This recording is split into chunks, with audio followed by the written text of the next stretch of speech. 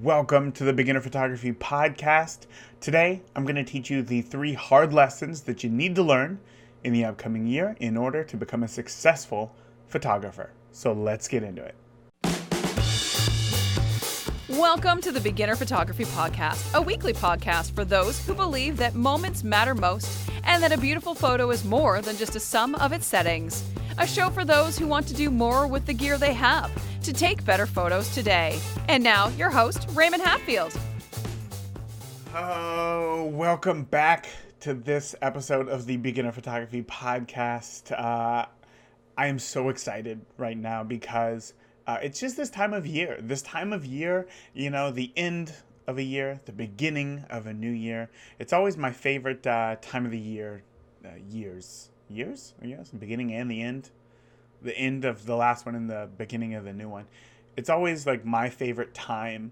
And it wasn't so much growing up because, perhaps it's interesting. I just thought about this. Maybe it's the seasons. I really harp on snow a lot. I don't like snow. Not a fan. Could go the rest of my life without it. But it hasn't been since living here in Indiana that this change in seasons really becomes like a change in my life, because just my normal everyday pattern is kind of interrupted. I have to change things up a bit. I'm not shooting as much just because it's cold. Nobody wants to go outside in the cold. So therefore, I am forced to kind of take a different look at things. I'm always more open to new ideas, to new techniques, to thinking in a creative way of how I will spend the other 8 months of the year or so actually being better. In those 8 months, it can be hard because I'm busy, whether it's shooting or doing whatever. It's summertime, that I don't want to take on a lot of new ideas or take on a lot of new commitments, I suppose. So I just don't look into doing those things. Maybe I'm not as open creatively to hearing these things. So therefore, this time of the year is always really exciting for me. And I'm not sure if I'm alone in that, but I hope I'm not. I hope I'm not. Again, growing up in California, there really wasn't that much of a change in seasons. Your life didn't really change that much, at least where we lived. It was either, warm in the summer and then kind of wet in the winter. It didn't snow, but therefore, your life didn't really change. It just got a little wet. And that was okay. But also, it was my years growing up, so maybe I wasn't naturally going to take that introspective look as I am today. But regardless, this is getting way too deep into me personally and my life. None of that matters to you. But today, what we are going to do is share with you the 3 hardest lessons to learn, or for you to understand, I suppose, if you really want to see success with your photography in 2020. And let me clarify that by success, I don't mean commercial or financial success, but being able to take a photo that you are more proud of than the photos that you're taking today. Even if you love the quality, or even if you love the photos that you're taking today. I want you to have success by taking better photos. But quickly, before we get into that, I just wanted to tell you all how excited I am for 2020. I think that you can hear it in my voice and, what it is that I've been saying. Now, while I'm always a fan of the new year, there's something about this year in particular. Something about it feels different. I'm not sure what it is, but it feels like there is some more momentum. And for me, a large part of that is simply just you listening right now. You showing up, you tuning in. It's really something special to me. So I just wanted to take a moment and tell you all, thank you. From the bottom of my heart, you being here in a small way, choosing me to be a part of your photography journey. And I hope that this episode proves to be your North Star in 2020. So again, thank you. So with that, let's go ahead and get on into the meat, I suppose you could say, of these 3 lessons. So we're just going to dive into this first lesson. And the first lesson is that the gear, your gear, does not matter. Your gear does not matter. And I'm starting here because I believe that it is the easiest for you to understand. Gear, and by gear I mean cameras, lenses, memory cards, computers, all these things. Gear, it is great, but it is not everything. Your camera, which is primarily what we're focusing on here, is simply a tool. It's a tool just like a hammer. And just like a hammer, there may be a right hammer for the job. But even so, the hammer does not build a house. It's you. You build a house. Maybe not you, but a contractor. A contractor builds a house. A person builds a house, and it is not the hammer itself. And I feel like it is the same with photography. Sure, you can have a camera with a full frame sensor, and it's going to be better in low light conditions. But that doesn't mean that you can't make your camera, the one that you have, work for you. I'm sure that you've seen videos on Facebook or Pinterest of, and I'm only thinking about this because we were thinking about getting the kids a craft desk for upstairs, because their rooms are just, it's always a mess. And if we had one spot to do it, then just one spot would be a mess than several locations in the house. But scrolling through Pinterest, there's always like really crafty organizational ideas for around the house that somehow get really high end results. Like, I don't know, an old mason jar and the cardboard tube from your paper towel roll. I don't know. But you think, you see something like that and you think like, wow, that is crafty. Why didn't I think of that? And my point being is that people will find a way to make what they have work if they want it. If there's something that you want, you can make it work with what you got. But part of that is that you need to have that vision. You need to have something that you need to make, right? So I wish I could remember what that mason jar, cardboard tube thing was, but let's just say that they were making a game for their kids, okay, with these things.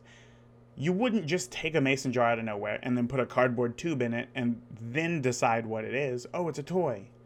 What you're going to do is you're going to I wish that we had some sort of toy that did this. And then you can go about making that. And it is the same with photography. Just because you have a great camera doesn't mean that every photo that you take is going to be great, and then you think, this is why it's great. That's why it's great. Here's why I love this shot. It doesn't work like that. You have to have some sort of vision already, some preconceived vision for the photo before a shot is taken. So therefore, the gear does not matter as much as the vision does. But because we see professional photographers shooting with those full frame cameras, shooting with, ultra fast lenses, that we just discount their skills and assume that it is the camera, and it's not the years of work that they put in. And therefore, because of that, we think that it is our camera that is holding us back. But just like using, an expensive toy or purpose-driven product, rather than that mason jar with the cardboard tube in it, it's not necessarily better, but it does make your life easier. So having a shot in your mind, right? Maybe somebody silhouetted against a beautiful backdrop. In natural conditions, you would have to wait for, the sun to get to a certain point, or, you would just have to wait for conditions to be perfect for you to be able to take that shot, because while it does depend on the settings that you're using, a silhouette is more about the light and where it is coming from. So instead of waiting, you could use off-camera flash to get that in there, get the shot almost no matter the conditions. But that off-camera flash didn't make the photo. It made achieving that photo easier. It is simply a tool, and that is it. So if it makes your life easier, right? If we're talking about these things, if gear makes your life easier, then why doesn't it matter? Again, it kind of does and it kind of doesn't. At a certain point, there has to be a level of, being able to do something with it. But beyond that, it's all just extra. And if you're still learning photography, I would say that the gear doesn't matter, because if you're still learning how to do something, having a tool that makes the job easier is almost just going to go to waste because you can't utilize it properly. And I know, maybe you're thinking back to that tool or that toy example. Well, yeah, but if I just buy the right, or if I just buy the best tool, if I buy the best toy, that by the time, I get to the point to where I can use it, then I'm going to be set. I'm going to be ready to go. But with photography, with cameras, with digital technology, by the time you learn how to use it properly, I promise you that camera is going to be obsolete and it's going to be time to upgrade. So therefore, don't worry about it. Don't worry about that gear. It's funny. I was just talking to another photographer yesterday about how some of my favorite photos that I've ever taken were actually taken with just an iPhone 3G. Like the second iPhone that came out back in, it must have been 2007 or 2008. I mean, this thing was garbage, right? The photo quality is absolute garbage. But having that camera, there was something so liberating about having such a minimalist setup and minimal controls, and having such little gear really leaves your mind feeling free to focus on the creative of the photo rather than the technicals of the photo. Every decision that we make uses mental energy, and if we can scale back the number of decisions that we have to make, the more power our brain has to make other decisions, such as purely creative decisions. And for me, I think that was instrumental for me to learn. And while today, I look back at the quality of those photos, they're not the best. I bet I wouldn't see the world the same way that I do today if it wasn't for that, crummy iPhone camera. And if you want to see some of those photos, I put them in the show notes of this episode. So check them out. Again, you can see they're not great photos, but they are, there's a level on top of it that is pushing through and trying to achieve something creative, whether it be through composition or seeing certain lighting or even in the editing. So check those out. I'd really, now I gotta go back and find those so that I can put them in the show notes. But check them out. Let me know what you think. So my point is simply use the camera that you have now. I want you to learn photography. You can learn photography with an old camera. Just take note while you're shooting of whenever you feel like the camera is holding you back and not your skills. That's a very important distinction that you're going to have to make for yourself.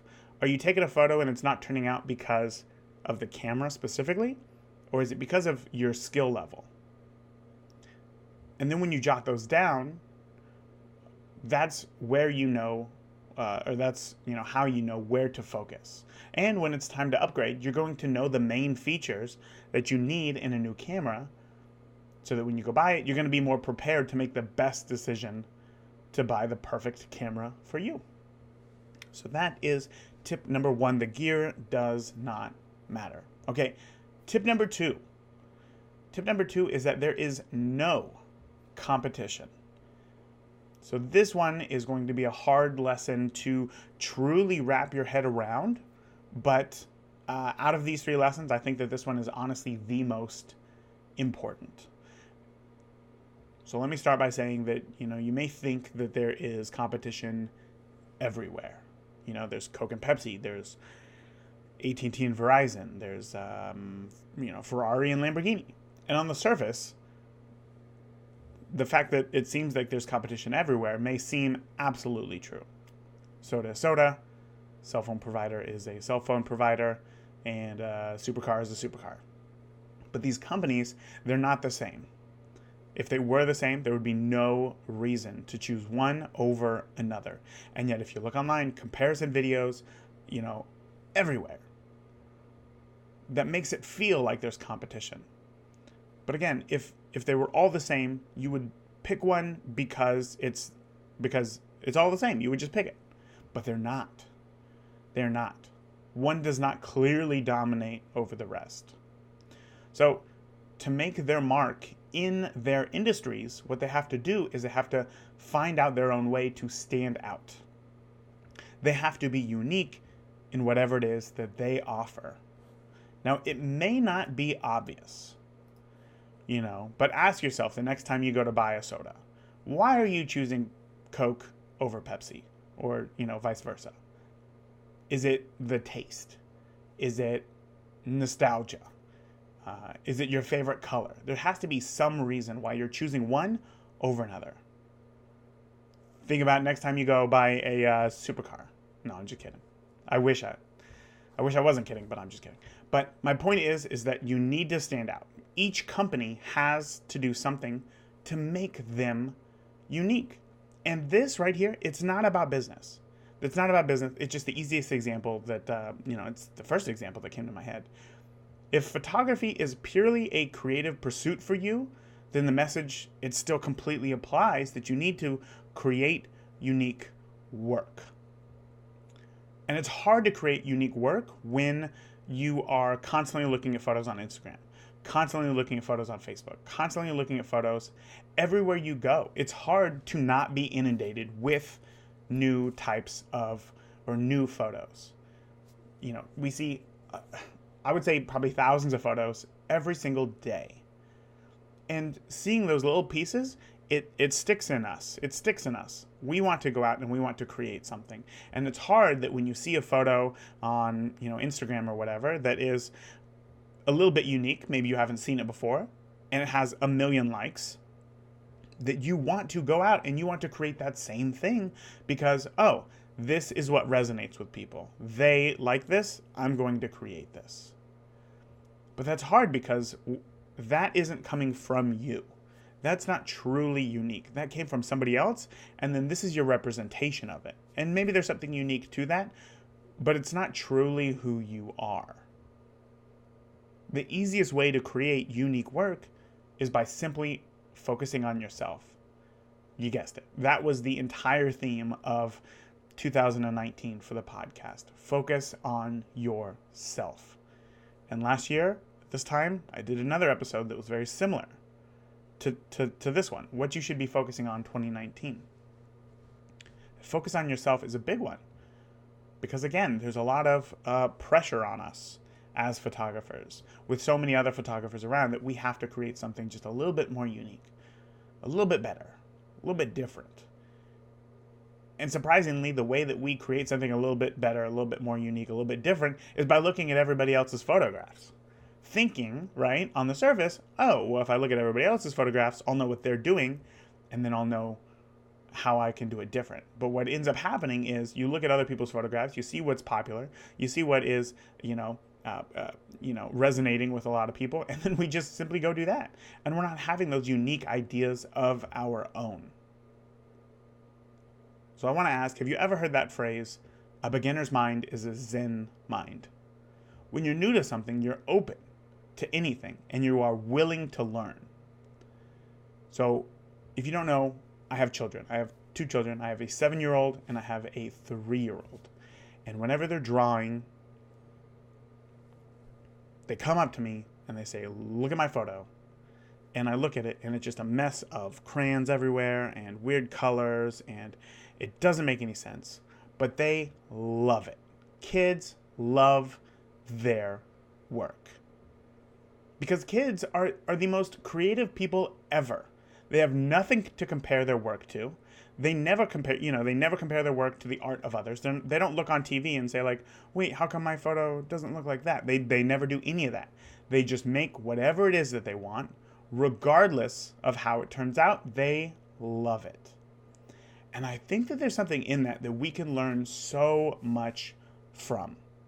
Aside from loving our own work, when you focus on yourself, you grow within that space. You try new things that you come up with. You come up with something unique.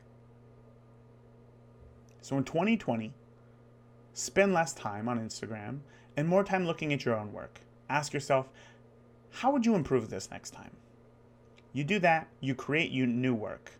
And just like Coke or Pepsi, you then create this diehard, fan that would never even think about using your, quote, competition. Okay, that was tip number 2. There is no competition. Tip number 3 is that you don't have to be an expert to start.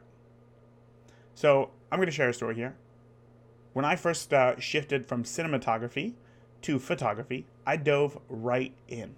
I learned everything that I could about the different types of photography, landscapes with image sharpness, bracketing, tripod specs, weddings with fast lenses that I couldn't afford, using off-camera flash, portraits with just perfect posing, having an assistant to hold your reflector to get that light just right. And I was looking at all these different types of photography, and it was through the lens of, well, what do I need to do this?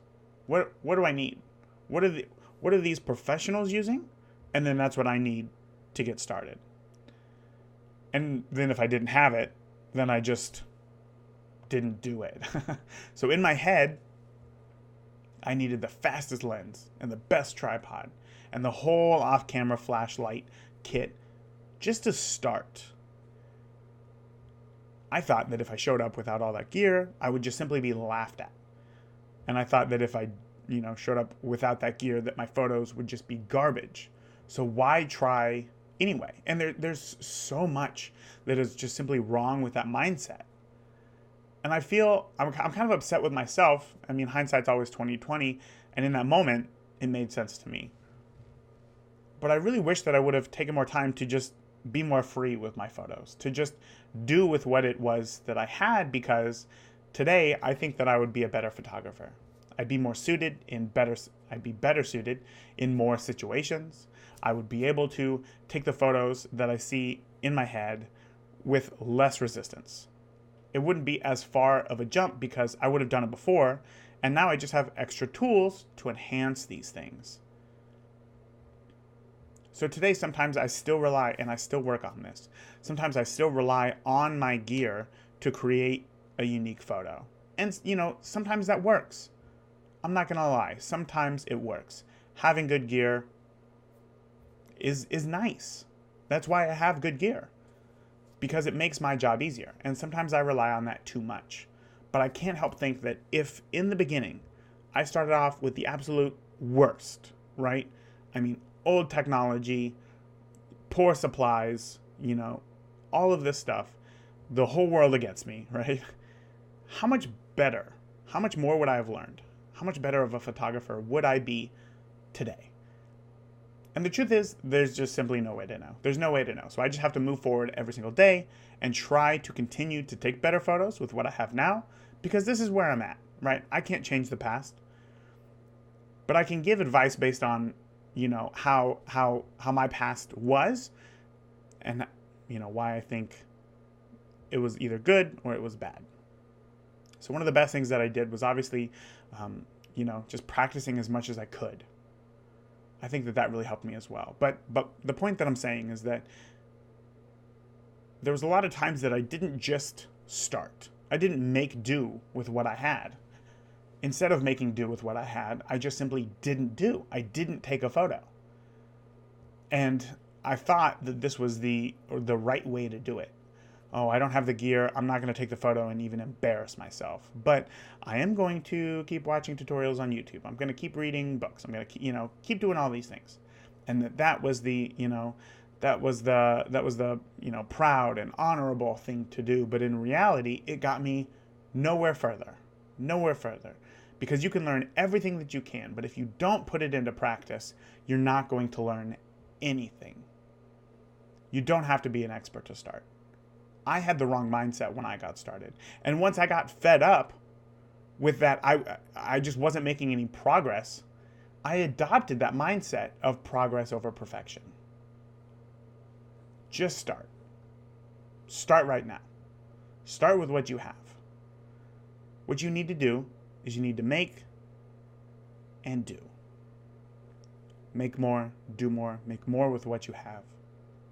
Make do with what you have, sorry. And if you like it, then keep doing it. And then guess what? At some point, you're going to be held back.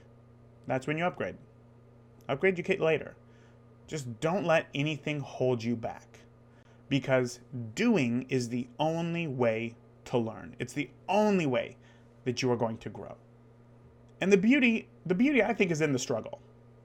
Because the growth is in the challenge. If you are stuck with something and that you've never done before, you don't know what you're doing, you're feeling lost, but you have to get a photo, then you're going to get that photo. You're going to make it work.